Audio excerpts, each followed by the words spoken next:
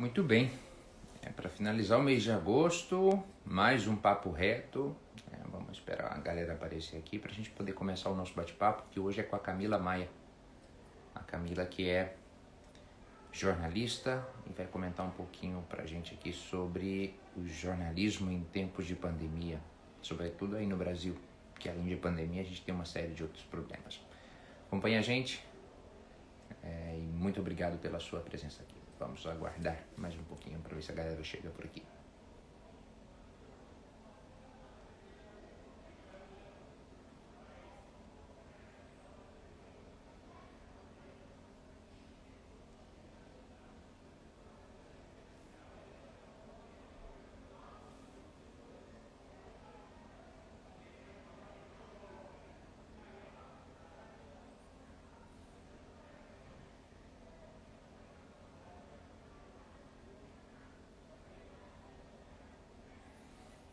Muito bem.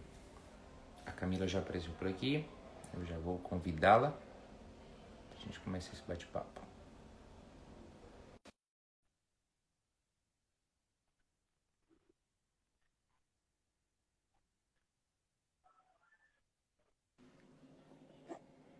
Camila Maia. Oi, Prazer. bem? Tentando arrumar aqui minha imagem. Acho que está tudo bem. Camila, muitíssimo obrigado por aceitar o meu convite de conversar comigo aqui no Instagram. Bater um papinho aqui. Hoje é uma inversão de papéis, em concreto é uma inversão de papéis, porque sempre é a Camila que conversa comigo, faz entrevistas e tal. E hoje a gente está invertendo os papéis aqui, porque eu quero saber um pouquinho mais sobre o jornalismo nesse momento, né? Em tempos de pandemia. Camila, muito obrigado, de verdade, por ter aceitado esse convite de falar aqui comigo. Eu que agradeço, Hugo. A Camila, ela é doutoranda em comunicação, mestre em história, jornalista e editora-chefe na TV UFG. Essa TV que a gente faz, que eu faço aqui os videozinhos toda semana com as pílulas internacionais e mando para eles, que é uma TV pública aí do Brasil, tem um compromisso público com a justiça social e que tem toda uma filosofia por trás e também tem esse trabalho jornalístico que é fantástico de divulgar as notícias tanto da Universidade Federal de Goiás quanto também do Estado de Goiás e, claro, do mundo, porque no fim das contas eu estou aqui para compartilhar com vocês também essas notícias. Mais uma vez, obrigado, Camila. Bom, para a gente começar o nosso bate-papo aqui, Camila, eu queria te perguntar, o jornalismo passa por um momento muito duro, né? De muita transformação nesse contexto da pandemia. O que você pode contar para a gente sobre isso? Eu acho que vou falar da situação do Brasil, né? Que é a que eu conheço de verdade. Acho que nos últimos anos, desde 2018, o ano passado também, o jornalismo vinha sofrendo muitos ataques, né? Um descrédito muito elevado em relação aos profissionais do jornalismo. E eu acho que a pandemia veio mostrar que o nosso trabalho é muito importante para a informação da população, né? Que a partir da informação jornalística as pessoas conseguem saber como se prevenir, saber o que devem fazer em relação ao vírus, ao contágio, porque essas pessoas não têm acesso às secretarias de saúde, nem ao governo, né? Então, o jornalismo faz esse meio de campo. E eu acho que, ao mesmo tempo que a gente está valorizado, eu acho que tem muita gente que ainda desconhece a importância do nosso trabalho e como o nosso trabalho é feito. Porque eu acho que tem muita gente que acredita em fake news, em informações erradas, né, informações maldosas, exatamente porque não conhece a ética jornalística, não conhece o esforço que o jornalista faz para apurar as informações. As pessoas acreditam que qualquer pessoa pode dar uma notícia, né? Qualquer pessoa pode ser um jornalista, entre aspas. E elas não entendem direito que comunicação é uma coisa, que, né, claro, todo mundo pode fazer, todo mundo pode se comunicar, se expressar livremente, mas que o jornalismo ele exige um certo nível de treinamento, um certo nível de apuro mesmo, para a gente conseguir passar uma notícia verídica, que não cause mal a ninguém, né? Então, acho que a gente está num momento bem determinante, eu acho, assim, para mostrar a nossa importância em relação à sociedade e, quem sabe, a gente consiga fazer com que as pessoas percebam que não dá para se informar a partir de qualquer meio, né? Que os meios jornalísticos ainda são os mais seguros. E era justamente nisso que eu queria entrar, Camila, porque essa roda todo esse movimento que eu estou tentando fazer aqui do Papo Reto é baseado nos Objetivos do Desenvolvimento Sustentável e dentro dessa perspectiva de não deixar ninguém para trás, de pensar num futuro comum, o papel do jornalista, que é esse, que é formado, que sempre está buscando o fato e a interpretação que está por trás do fato, para não transmitir uma notícia falsa, para não deixar nada por esclarecer, para informar a população. Ele tem um papel grandíssimo, sobretudo no que se refere à democracia. E aí que eu acredito que você pode contribuir com a gente aqui para contar desse desafio que foi adaptar inclusive adaptar as tecnologias. Hoje o jornalismo mudou bastante. Eu lembro muito bem de ter que ir aos estúdios da TV UFG para a gente poder fazer as gravações e tudo mais. E hoje a gente já faz as coisas muito mais pela internet e tentando sempre fazer essa nota o que seria em espanhol incapé, não? Que é marcar bem o que é informação verdadeira e levar aquela informação para a população de forma mais transparente possível. E eu tenho certeza que essa situação crítica pela qual o Brasil está passando hoje já chegaram a quase 118 mil mortos. Isso dói no jornalista, porque é o que está na linha de frente, junto com os profissionais sanitários, da saúde, levando a notícia para a população. Como é que você se sente com relação a isso, Camila? Bom, vou tentar responder os dois pontos aí. Bom, em relação à situação que o Brasil vive, eu acho que a gente está num estado assim, meio que de letargia, né? Nada está sendo feito pelo governo federal, pelo menos aqui no estado onde eu vivo, né, Goiás, que você conhece bem, seu estado também. O governo também parece que desistiu de implementar algum tipo de política voltada à prevenção, voltada à redução dos números, porque o nosso estado é o que está subindo agora nessas últimas semanas, né? É um dos 5 estados que ainda tem alta. E, pelo menos, eu não vi ainda nenhuma atitude em relação a isso, assim. A fechar algo, a voltar ao isolamento. Eu acredito que não vai voltar mesmo. Acho que as coisas vão ficar como estão. E parece que as pessoas se acostumaram a ver os números, né? Parece que quase 120 mil. Acho que a gente vai chegar, infelizmente, em 120 muito rápido. Acho que as pessoas olham para 120 mil pessoas, 115, 118, e parecem só números, né? Não parece mais importar. Acho que a gente perdeu um pouco também da sensibilidade, assim. E como jornalista, a gente está sempre retomando esses números, sempre falando da importância.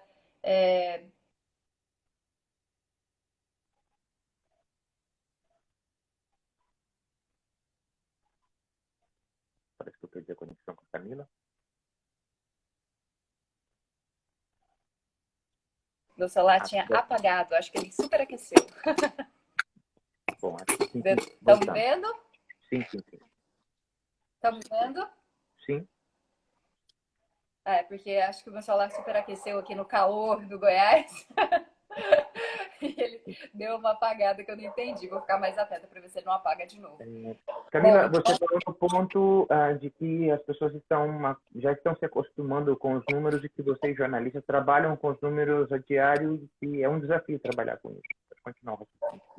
Sim, eu não sei se é porque no Brasil a gente sempre tem números meio assustadores, né? Os números da violência, os números dos mortos no trânsito. Eu não sei se a gente já se acostumou a ter muita gente morrendo sempre. Não sei. Isso é uma avaliação assim que eu ainda não consegui aprofundar. Mas eu acho que os jornalistas ainda tentam, com esses números, fazer com que as pessoas se preocupem. Mas acho que as pessoas já estão no estado assim de terem se acostumado a essa realidade, estarem tentando se preservar, né, usando máscaras, enfim, os estabelecimentos seguindo algumas normas de saúde, mas eu acho que as pessoas nem conseguem pensar em voltar a um isolamento muito restrito, como aqui em Goiás a gente teve no início, né, nas 3 primeiras semanas, primeiro mês. E o governo federal também não ajuda, né? Então, eu acho que a gente só vai ver esse número crescer e não vai adiantar o trabalho jornalístico, infelizmente. Assim, por mais que a gente esteja tentando trazer a informação para as pessoas, elas acho que preferiram seguir, não preferiram, né? Mas elas tiveram que seguir a própria vida, tiveram que voltar a trabalhar, tiveram que, daqui a pouco, não sei quando, mas talvez voltar a levar os filhos para a escola. Aqui em Goiás tiveram que voltar a usar o transporte coletivo logo no início, um transporte coletivo precário, superlotado. Então, acho que por não ter meios, né, de talvez mudar essa realidade, as pessoas aceitaram, infelizmente, assim. E é bem triste por esse lado. Eu vejo o trabalho jornalístico, às vezes a gente fica muito deprimido, porque a gente não pode ficar longe da informação, né? Por mais que a gente queira, por mais que um dia eu pense, não, hoje eu não vou ler nenhum jornal, hoje eu não vou assistir nenhum jornal, eu preciso estar sempre informada pelo trabalho, né? Eu sou jornalista, então a todo momento a gente fica repetindo essas informações ruins e percebe que elas acabam virando quase ficcionais, assim, para as pessoas. Eu acho que as pessoas já não se assustam. É engraçado que quando a pandemia estava fora do Brasil, eu me lembro das pessoas falarem, nossa, 800 mortos por dia na Itália. Era uma coisa assim, meu Deus, as pessoas... tá faltando caixões, não tem mais onde enterrar. Tava todo mundo achando aquilo, assim, um horror, uma tragédia. E tem mais de um mês que tem... que todos os dias morrem quase 1.000 pessoas. E as pessoas não parecem estar tão assustadas, assim, tão consternadas. Parece que não é uma tragédia, mas não sei se porque aqui no Brasil as pessoas que têm morrido são as pessoas mais pobres, infelizmente as pessoas negras. E não sei, eu vi uma análise muito interessante do Silvio de Almeida no El País, ele falando que nosso passado escravocrata faz com que a gente se acostume a essas mortes, assim, essas mortes das pessoas que nós não consideramos estar no nosso ciclo, né? Nosso círculo, perdão. Eu não sei se é isso, mas me assusta como jornalista não conseguir acessar mais as pessoas e fazer com que elas entendam mais. Acho que não só o meu trabalho, mas acho que todos os jornalistas buscam isso, mas a gente não consegue mais acessar. E a tecnologia acaba deixando a gente mais longe também, né? Eu sinto falta do contato. Acho que o jornalista precisa muito desse contato diário, tanto com os outros profissionais quanto com as pessoas que a gente entrevista. Eu acho muito diferente esse contato que a gente está aqui do contato que a gente tinha, por exemplo, no estúdio da TV. E, pelo menos para mim, isso no jornalismo é muito importante. Estar do lado das pessoas, poder ir para a rua. No nosso caso, a gente não está indo para a rua, né? A gente não tem feito muito pouco fora de casa, né, do trabalho remoto, porque a TV, como uma TV pública, preferiu manter a nossa saúde, né, nos resguardar. As televisões têm enviado, né, claro, jornalistas, repórteres, as pessoas estão trabalhando de máscara, mas estão trabalhando. Mas mesmo assim, grande parte dos contatos são feitos pela internet, né? E aí a gente tem que se acostumar com a internet que cai, no meu caso aqui do celular que esquentou. E, por um lado, isso é interessante, que a gente aprende um outro tipo de prática, né? A gente aprende a não ser tão perfeccionista, que às vezes a gente tinha aquela coisa da imagem, ter que ser muito perfeita, a iluminação muito perfeita, o ângulo. Agora cada um faz a sua imagem, então eu não tenho como prever se o meu entrevistado está lá do outro lado, vai ter uma boa iluminação, vai ter um bom cenário, vai saber colocar a câmera direito. Isso faz com que a gente perceba que muitas vezes a informação em si é mais importante do que essa perfeição estética, que a TV tem muito, né, dessa qualidade estética. Mas, por outro lado, e uma outra coisa interessante também é que a gente pode entrevistar a gente de todo o mundo, né? Antes do programa sendo ao vivo, a gente tinha que levar as pessoas ao estúdio, a gente nem pensava em usar essas tecnologias, porque parecia mesmo uma coisa mais longe, né? Com menos intimidade, menos proximidade. Mas agora a gente entrevista gente em vários lugares. Ontem entrevistei um pianista que está morando na Alemanha. Já entrevistei pessoas fora do país várias vezes. Mas a gente perde um pouco esse contato, assim. O trabalho jornalístico, pelo menos para mim, né, de TV, não é um trabalho solitário.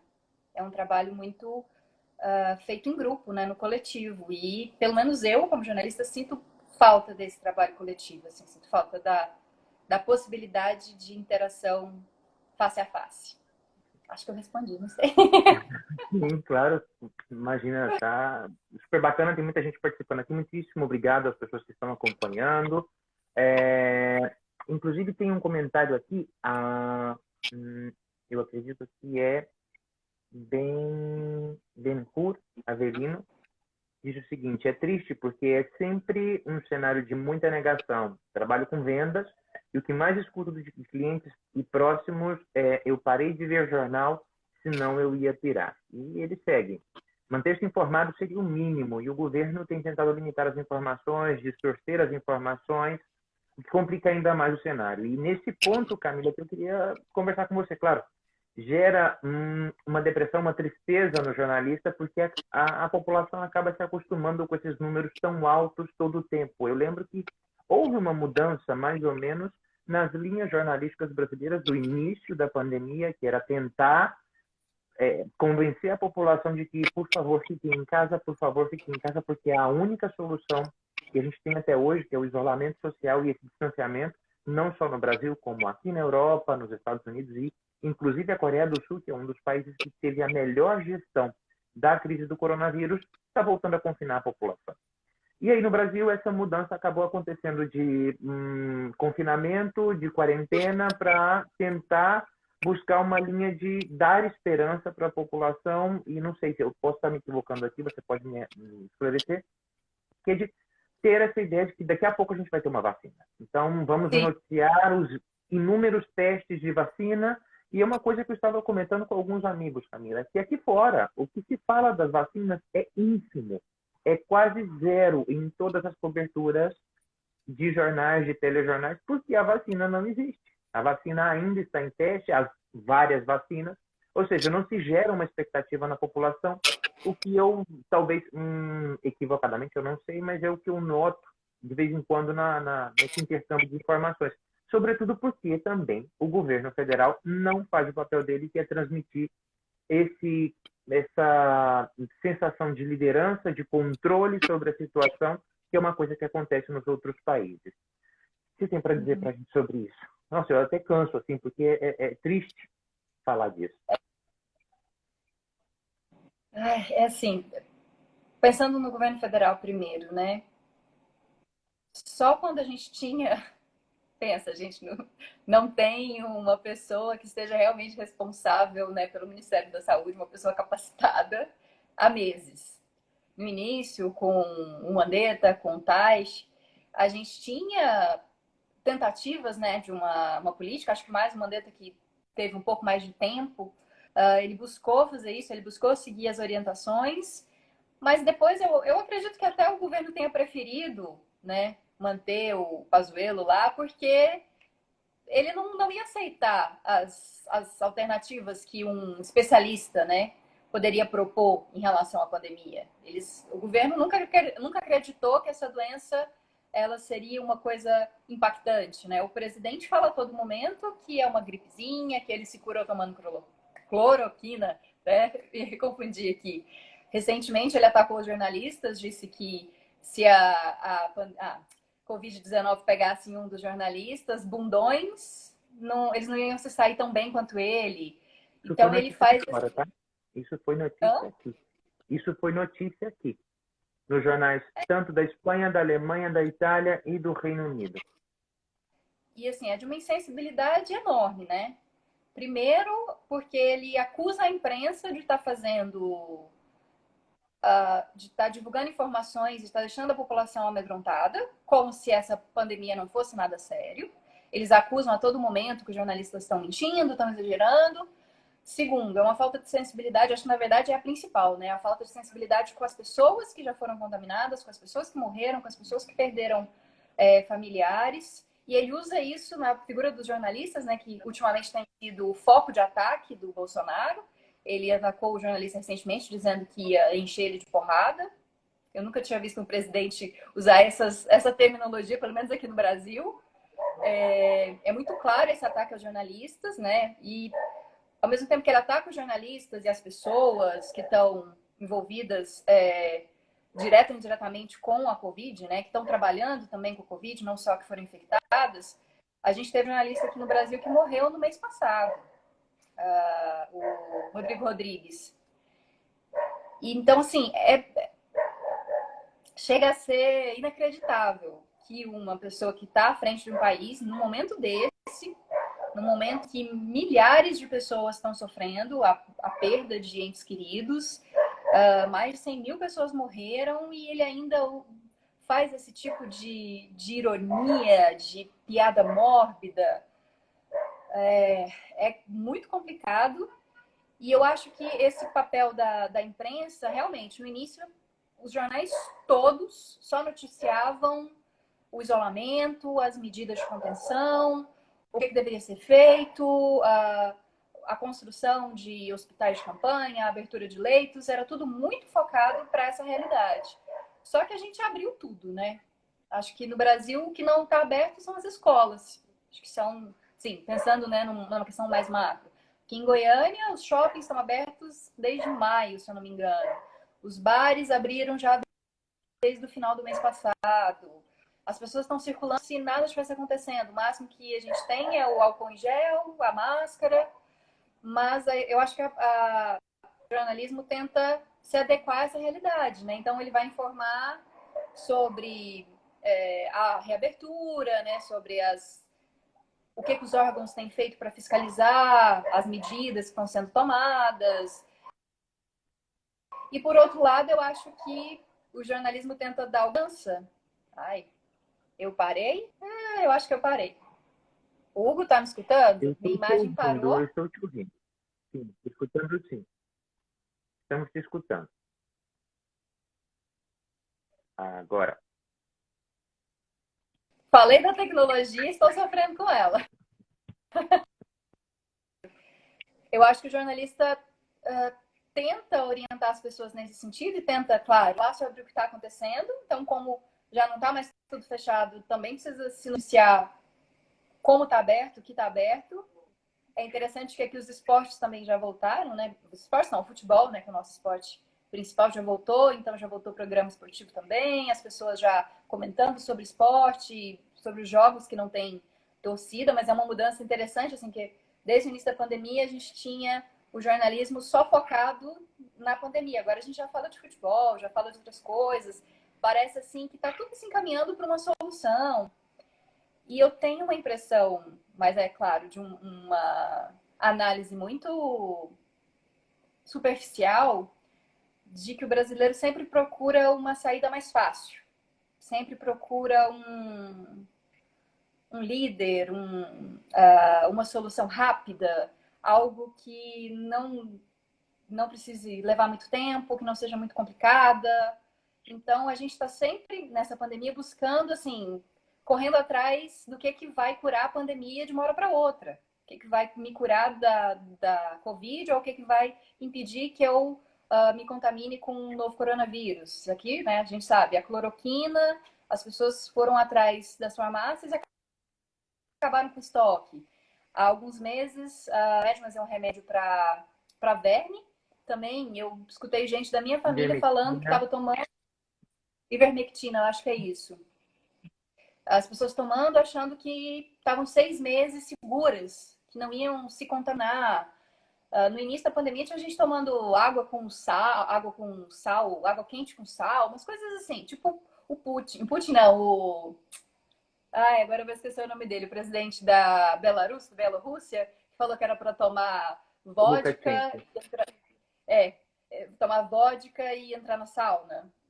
É mais ou menos esse tipo de coisa. As pessoas acreditam que uma hora ou outra vai vir uma cura, que vai estar todo mundo bem, que as coisas vão estar resolvidas. Eu vejo muita gente fazer plano para 2021, falando, não, a vacina vai aparecer no início do ano que vem. E aí os testes estão acontecendo no Brasil, então parece que está muito perto da gente, né? Tem teste no Butantan, tem teste no Sul também. E as pessoas realmente no Brasil estão numa esperança assim, muito grande dessa vacina. Que essa vacina vai sair, que ela vai trazer um resultado positivo, mas aí a gente vê que está tendo reinfecção em vários países. Eu percebo que as pessoas elas não querem acreditar que talvez essa vacina não funcione, que talvez a gente conviva por mais muitos meses, talvez anos com esse vírus, que a gente vai ter que aprender a lidar com ele de uma forma mais responsável, né? Acho que a gente tá com medo de assumir essa responsabilidade, assim, de agora realmente a vida mudou por um tempo indeterminado. Eu preciso pensar em como sobreviver, não ficar fazendo planos para quando a vacina chegar. Para quando a vacina chegar, eu ouço muitas pessoas falando isso. Ah, a vacina, quando tiver a vacina. Eu não, infelizmente, eu acho que eu sou mais pessimista do que otimista. Eu Eu não sei imagino. se seria pessimismo, Camila, porque no final das contas é a realidade, porque inclusive os próprios estudos acerca da vacina, hoje eu estava lendo algumas coisas que a Moderna já disse que a vacina não tem uma cobertura, os testes que são feitos, os preliminares, que a vacina não tem uma cobertura de 100%, assim como todas as vacinas, nenhuma tem uma cobertura de 100%. E é justamente isso que você comentava, talvez a gente pode dividir aqui em algumas linhas. A primeira é que a partir do governo federal que não demonstra essa liderança que é esperada e que os países que tentam enfrentar, e olha que a Espanha está de novo, agora com a segunda onda, sofrendo bastante.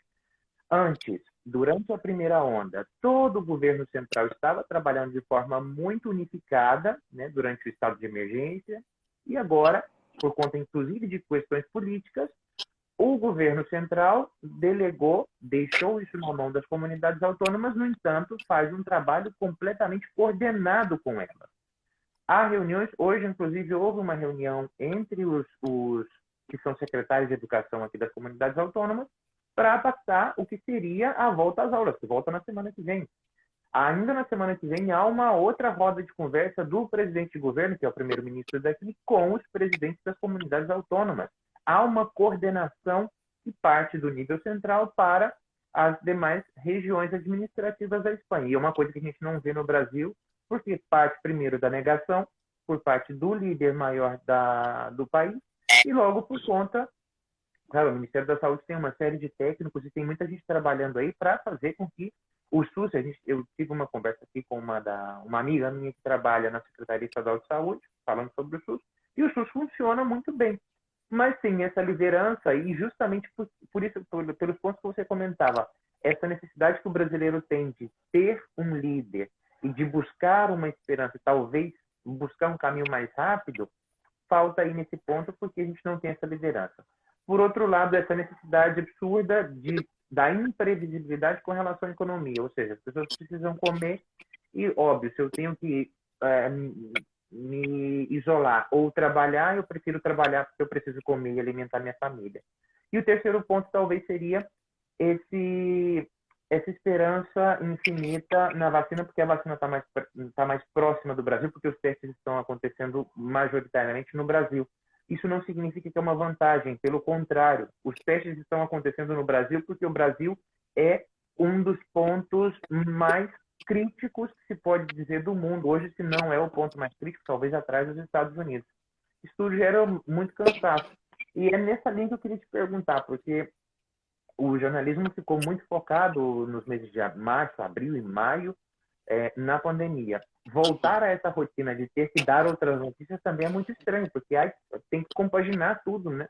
Falar da pandemia, levar informação para a população e, além disso, o jornalista ele busca os especialistas, ele procura o governo, mas não é o jornalismo que tem essa função social de educar a população. Ele transmite as informações que o governo, me corrija se estou errado, mas transmitir as informações que as autoridades governamentais falam e o que os especialistas dizem acerca dos temas. Não é o jornalista em si que vai dizer para a população, por favor, fique em casa, porque o jornalista, o trabalho dele é de informar, não é? E eu vejo que, até o que eu disse no começo, né, que as pessoas não sabem muito bem como é o trabalho do jornalista. E eu vejo que as pessoas não valorizam os especialistas também. As pessoas que estudaram as áreas específicas, nesse caso a saúde, né, as pessoas que estão estudando sobre isso, que têm informações sobre isso, as pessoas não levam isso em conta. Elas acreditam mais numa foto com qualquer informação ali que ela não sabe de onde veio, do que quando um especialista fala o que ela precisa fazer. As pessoas desacreditam a ciência e desacreditam o jornalismo. Então, aí é mais difícil ainda, né? As pessoas não valorizam o trabalho que é feito. E aí é difícil acessar essas pessoas.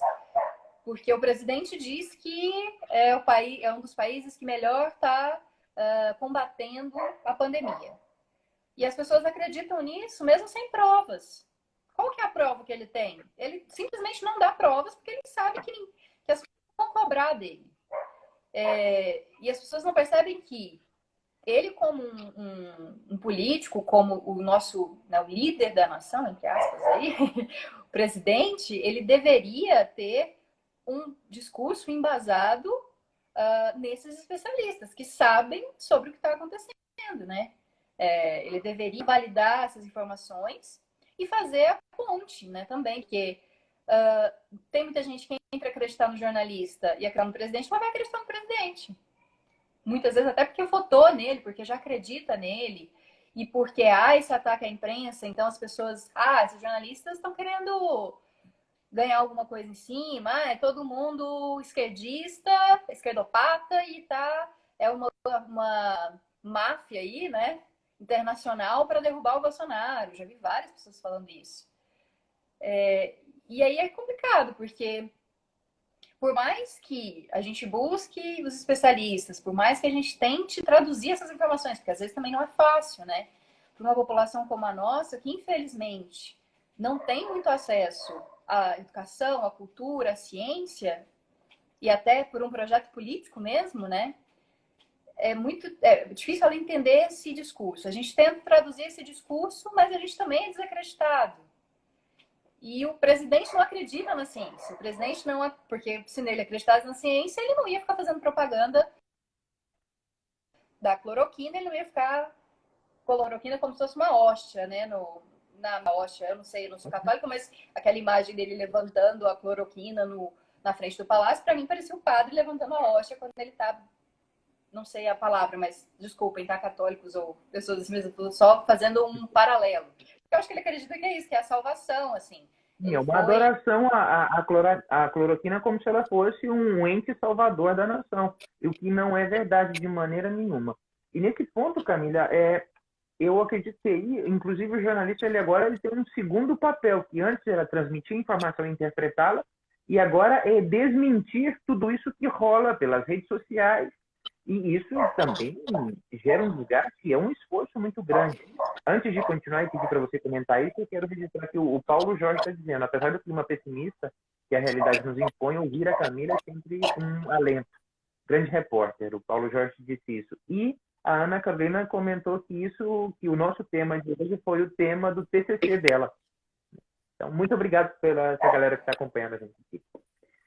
É isso, né, Camila? No final das contas, o jornalista também agora tem esse papel de desmentir, de ter que ficar comprovando as informações para dizer para a população em geral, por favor, isso é mentira, isso é uma montagem, isso é uma imagem que foi pegada no Google e colocaram informações.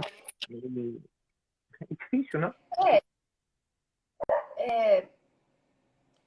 Eu sempre vou falar do governo federal, né? Ai, Jesus. Mas, enfim. Quando o presidente disse que ia encher a cara do jornalista de bolacha, porrada, eu não lembro qual foi a expressão, mas eu acho que é porrada. Ele compartilhou um vídeo que era uma edição do que tinha acontecido. Era uma mentira, dizendo que o jornalista teria ofendido ele, teria falado que ia visitar a filha. E, na verdade, era um dos feirantes que estava lá e que disse que eles iam ver a feira.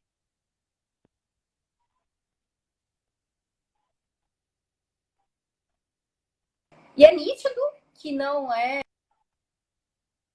essa frase que eles dizem que o jornalista disse. Então, eles tentam, né, maquiar a realidade, eles tentam mentir, né, vamos dizer isso. As pessoas, claro, elas vão acreditar nas coisas, elas vão acreditar nas pessoas que elas têm algum apreço, né? Elas têm uma ligação ideológica, sentimental, enfim. E aí o jornalista precisa ficar o tempo todo falando, olha, isso não é verdade. Tem sites hoje específicos para isso, aos fatos. Nossa, eu não vou me lembrar demais, assim, mas eu lembro muito do Aos Fatos, que o trabalho deles é verificar se as informações são verdadeiras ou não. A agência Lupa, por exemplo, que se dedica somente a fazer checagem de notícias. E as pessoas, só que aí eu acho uma coisa muito estranha nisso, ainda mais quando as pessoas falam, a gente gosta de termo em inglês, né, no Brasil, parece que a gente fica mais chique quando fala em inglês. O fact-checking. É apuração, é checagem, isso é papel do jornalismo, desde sempre. Desde que a gente está no primeiro semestre do curso, a gente aprende que a gente precisa, se eu tenho uma informação, fiquei sabendo que tem um vírus mortal, altamente transmissível. Quem que eu vou procurar para saber? Eu não vou falar isso porque não sou eu que detenho essa informação. Eu vou atrás de alguém que tem essa informação, vou atrás de uma fonte que a gente chama de fonte primária e vou levar essa informação da forma mais fácil possível, mais acessível para a população. Isso é checagem. É o que todo jornalista deveria fazer. Só que aí hoje em dia parece que a checagem é uma coisa que, nossa, assim, as agências de fact-checking, as agências de checagem, todo jornalista tem que fazer isso. É isso que as pessoas têm que entender. O nosso trabalho é exatamente esse. O nosso trabalho é buscar as fontes, é buscar as pessoas que têm algum nível de informação, que têm informações importantes e repassar essas informações. Fazer com que essas informações cheguem a um maior número de pessoas. Pela internet, pela rádio, pela televisão, pelo jornal, pela revista. É para isso que o jornalismo existe. Mas as pessoas preferem acreditar na notícia falsa. Eu nem sei como que as pessoas acreditam em algumas coisas. Comodidade? Então, Você acha que é por comodidade, Camila? Porque, enfim, você acha que seria por comodidade? Porque essas informações rodam de forma muito rápida, né? Por redes, é uma informação muito compacta quase sempre, uma foto, é um pequeno vídeo com coisas muito chamativas e talvez isso seja mais cômodo para as pessoas. Talvez seja por isso, não. Aqui a gente está fazendo um exercício agora de especulação, né? Necessitaria vários estudos para chegar a uma conclusão com relação a isso. Talvez por essa facilidade que a gente estava conversando um pouquinho antes, de que o brasileiro gosta de tentar resolver a coisa rápido. Então, uma informação que é muito pontual e muito específica, e essa é uma coisa que também os jornalistas vêm sofrendo muito desde 2018, que é tentar deixar claro o que é verdade e o que é mentira desde quando se parou todo esse processo do termo em inglês que você disse que o brasileiro gosta muito de usar, das fake news. Né? A fake news sempre existiu, vai continuar existindo, mas agora com o fenômeno das redes sociais e com o uso institucional das fake news, o que mais dói, que é o uso institucional de fake news, como uma política de governo até, talvez, fica mais complicado pensar nesse processo de checagem. Claro, o jornalista, pelo que eu já conversei com vocês e com outros jornalistas, esse trabalho da checagem ele é sempre muito importante. Não dá para sair louco, para fazer um furo de notícia, sair e contar, sem saber se é aquilo. E eu lembro de algumas experiências aí em Goiás, que inclusive jornalistas que confundiram uma coisa com outra, acabaram sendo demitidos porque não fizeram a checagem que deveria ser feita, né? O Ben-Hur comenta aqui, como furar a bolha? Falamos cada vez mais para os mais próximos e menos para quem precisa ouvir. Tem mais esse desafio também, por isso é tão difícil desmentir essas informações. O que você acha, Camila? Ele falou que eu dei uma pixelizada aqui. Você pode repetir a pergunta? Como furar a bolha? Falamos cada vez mais para os mais próximos e menos para quem precisa ouvir. Tem esse desafio também, por isso é tão difícil, talvez, desmentir essas informações. Nossa, muita coisa aí. Vamos ver se, né? Eu não sou especialista nisso, né? Mas isso é da minha prática mesmo e das minhas leituras e do que eu gosto de refletir sobre, né? Eu acho que são duas coisas. Acho que a primeira delas, até o que eu falei da questão da informação e da educação, né? O brasileiro, infelizmente, tem pouco acesso à leitura. Agora o Paulo Guedes quer sobretaxar o livro porque é produto de elite, mas, querendo ou não, é um produto que não está muito acessível às pessoas que têm um salário mínimo e precisam pagar conta e comer e sobreviver. Comprar um livro realmente é um produto de elite para elas.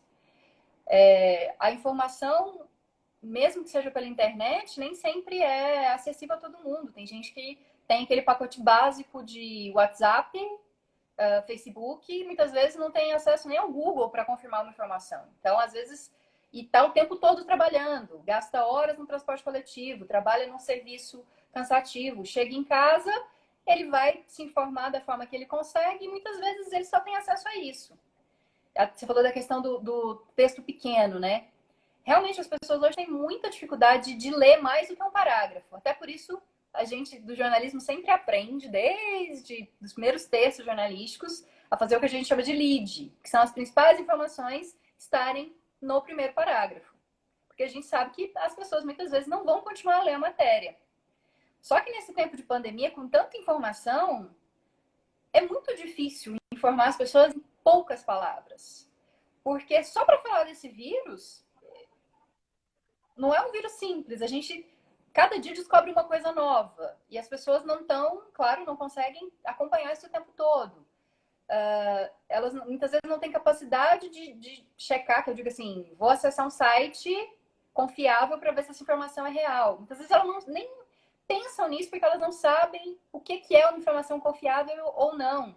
A gente não tem esse tipo de conversa na escola, por exemplo. A gente não tem uma educação para a mídia, como a gente não tem uma educação para a política.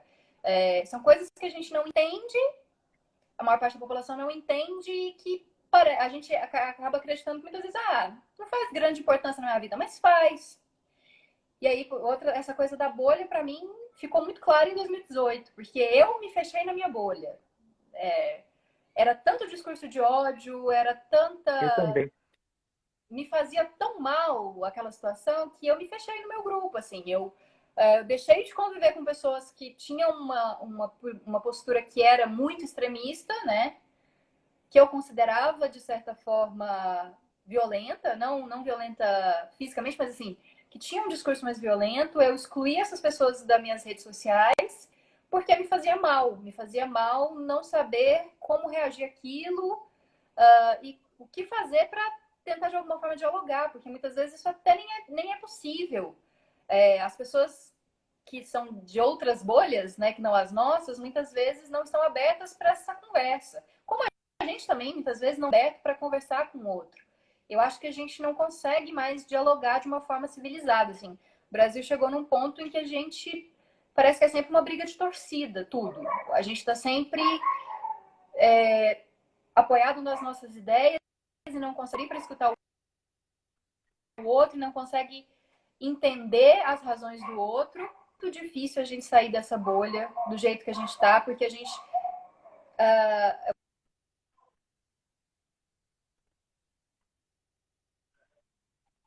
esquerda, quando saiu a última pesquisa do Datafolha a respeito da ação do presidente e se ele era ou não responsável, né, pela situação em que a pandemia estava no Brasil. Pela minha avaliação, né, pela minha bolha, a aprovação dele estaria pequena e ele seria responsabilizado por não ter tomado nenhuma atitude planejada.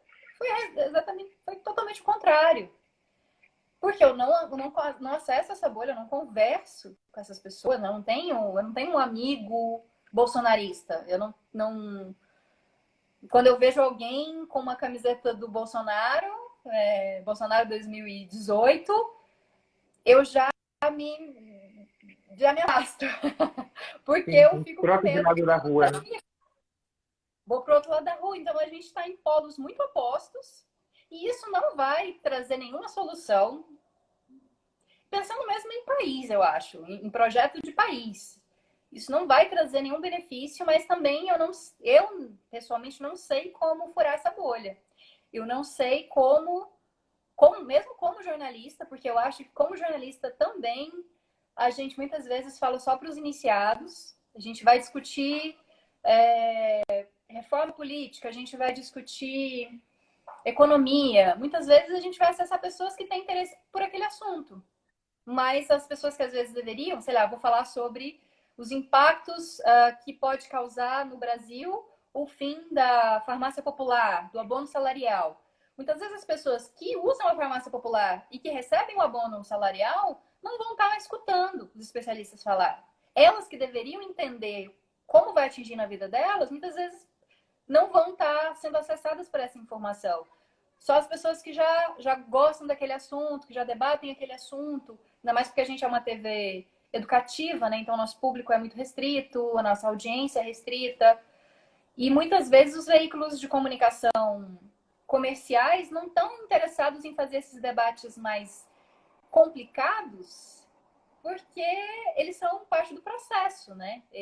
Você precisa falar sobre isso, mesmo que seja chato, mesmo que seja difícil, mesmo que muitas vezes você vai perder algum nível de audiência. Só que a TV comercial, claro, não está interessada nisso. Então, eu vi hoje uma matéria falando da greve dos Correios aqui em Goiás. Até uma colega comentou e eu tinha pensado isso vendo a matéria. A matéria só falava da questão da dificuldade que é para os consumidores, né, terem as suas entregas atrasadas, dificultadas. Tinha uma fala do sindicalista dizendo que não daria para alimentar a família, que do jeito que estava, que as coisas estavam muito ruins, mas não dizia quais eram as reivindicações. Não se enumerou quais eram as reivindicações, não foi enumerado. Não se disse, olha, o Sindicato dos Trabalhadores dos Correios querem isso, isso e isso. Não. Aí como que as pessoas que estão vão descobrir? Elas vão achar que os trabalhadores são errados porque eles pararam de trabalhar, estão de braço cruzado e estão atrapalhando a vida dos outros. Tipo o trânsito. O brasileiro adora fazer matéria disso, né? A manifestação que está no centro de São Paulo e está fazendo tantos quilômetros de congestionamento, mas muitas vezes não se fala nem sobre o que é a manifestação. Morreu na contramão atrapalhando o trânsito, morreu na contramão atrapalhando o tráfego, né? Como diz a música do Chico. É isso, assim, às vezes a gente, por estar nessa roda, né, que o jornalismo é uma coisa diária e a gente está nesse círculo vicioso, desde o momento que a gente entra no mercado, às vezes a gente não consegue parar para pensar, como que eu posso fazer diferente? Como que eu posso abordar esse tema de uma forma que eu consiga fazer com que as pessoas que precisam ter essa informação entendam? Às vezes a gente pensa que acessar essa população que tem menos recursos, menos acesso à educação, é ser popularesco, é ter um discurso mais raso, é ser engraçadinho. E eu acho que pelo contrário, as pessoas acabam também se acostumando a essas informações. É isso que elas têm na televisão aberta, porque a maior parte dessas pessoas, claro, não tem acesso à TV fechada ou, sei lá, nem muitas vezes a plataformas de streaming, YouTube, enfim. E então a gente acaba repetindo os modelos, porque a gente acha que esses modelos são os que estão corretos.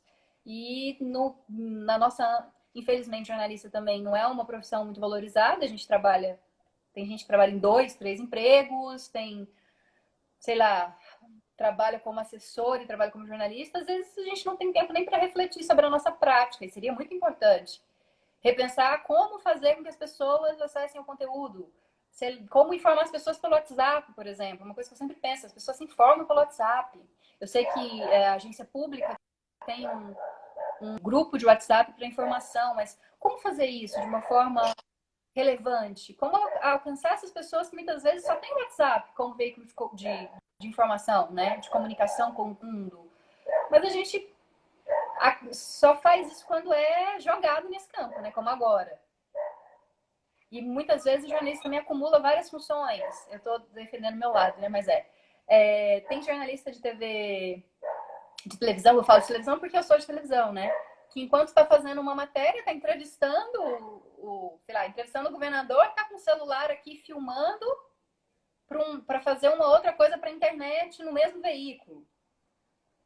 Será que a gente tem tempo de raciocinar sobre a informação que a gente está construindo? Será que a gente tem tempo de buscar o melhor caminho para comunicar? Porque é comunicar, né? Não é só informar, não é só eu dar uma informação e não pensar se ela vai chegar ao destinatário final. É comunicar, é saber que as pessoas estão... A informação ela vai estar aí de qualquer maneira. O jornalista, nesse caso, ele tem o papel de comunicar e de facilitar esse trabalho. Desculpa te cortar, Camila, porque daqui a pouquinho o Instagram vai derrubar a gente. Ah, tá. Nessa linha que você estava falando, eu queria te perguntar duas coisas, porque você levantou vários pontos aí que me deixaram aqui muito curioso, bem curioso. O primeiro é essa busca das informações, de buscar veículos de informação de confiança. Né? A gente tem uma série de veículos que, por mais que você possa criticar as linhas editoriais do veículo A, do veículo B, do veículo C, em teoria, o que sai de informação ali tem uma checagem, tem um grupo jornalístico por trás que está fazendo. Isso a gente não vai entrar aqui no mérito das linhas editoriais que eles tomam.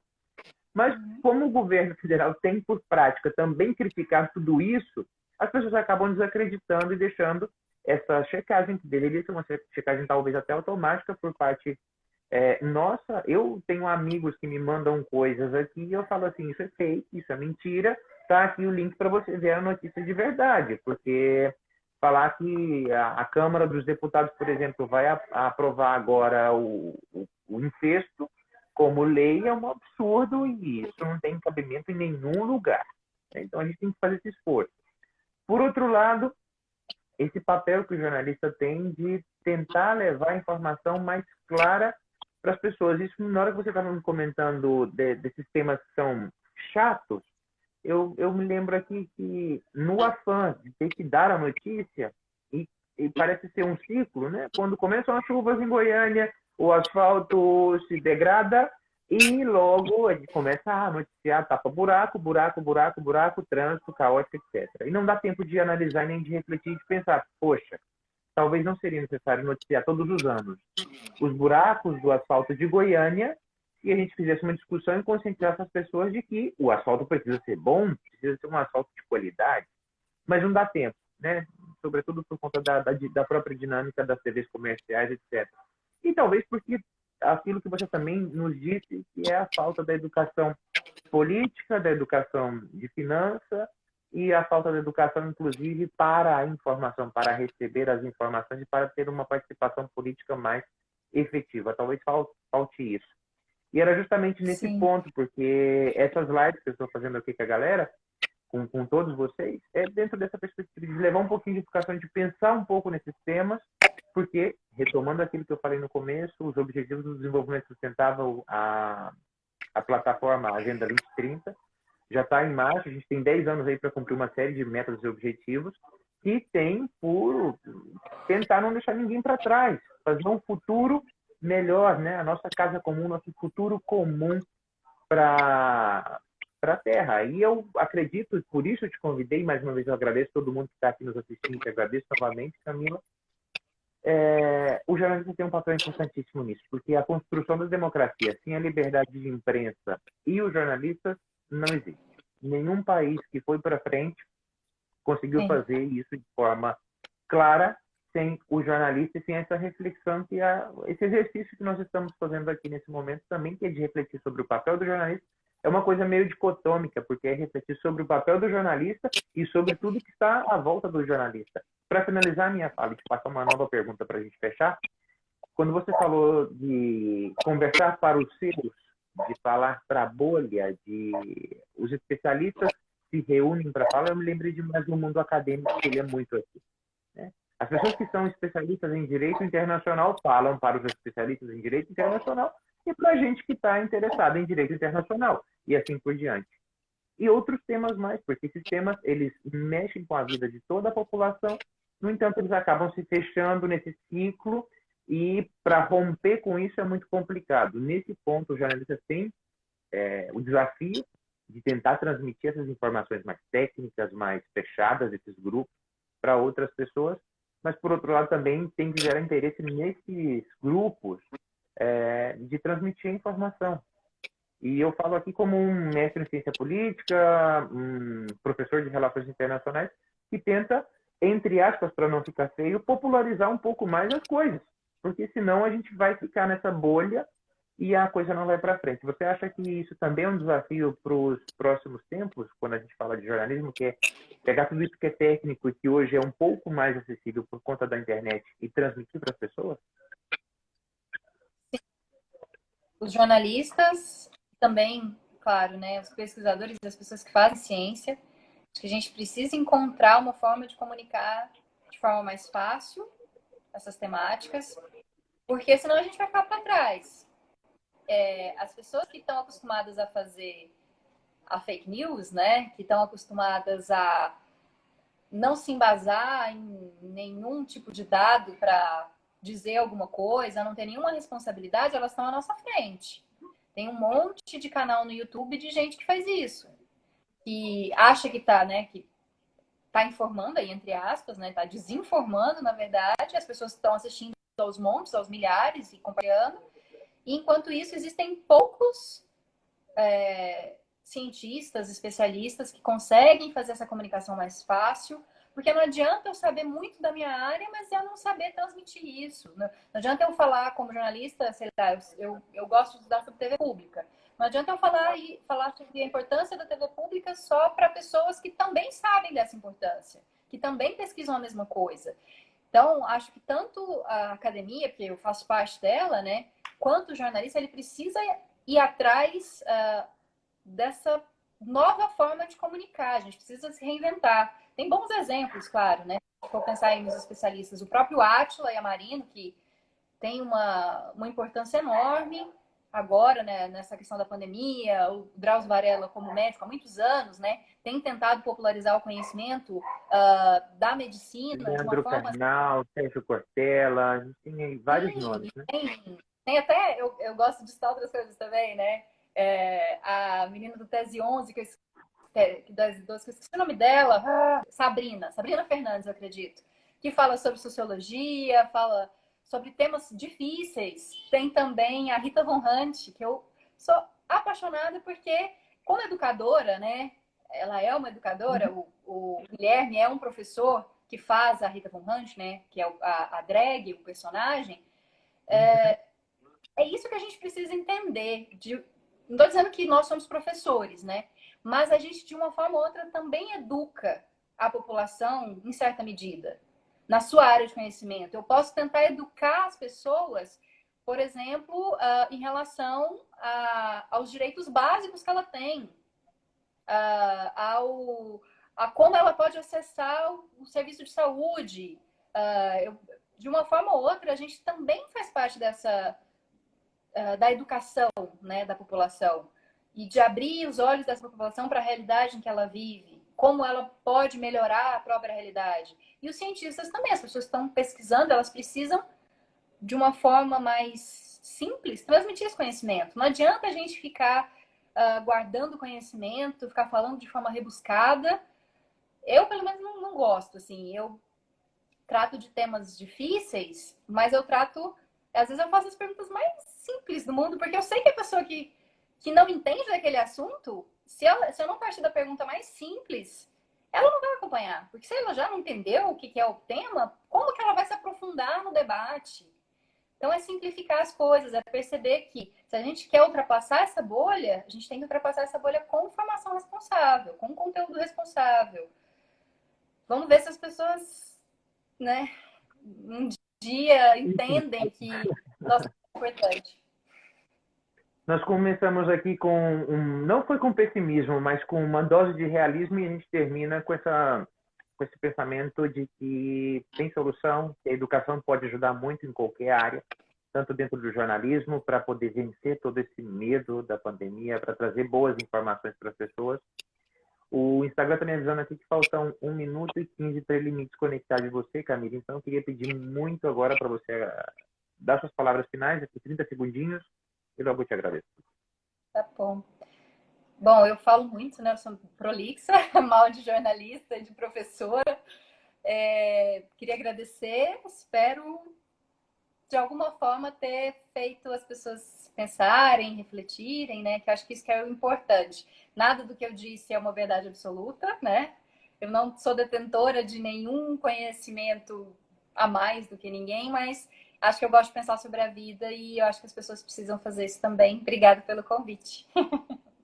Muitíssimo obrigado, Camila. A Camila Maia, que é uma amiga que eu já tem mais de 4 anos aí. Ela aceitou esse convite para participar comigo aqui do Papo Reto, para a gente conversar um pouco sobre jornalismo em tempos de pandemia. Muitíssimo obrigado, Camila. Muitíssimo obrigado a todos vocês que acompanharam essa transmissão. Muita gente entrou e saiu aqui, foi bem bacana. A gente teve também uma série de perguntas. Muitíssimo obrigado para vocês. E aqui a gente fecha, então, o Papo Reto de agosto. Vamos ver quando é que a gente volta agora. Cuidem dos seus. Até mais. Tchau, tchau. Tchau!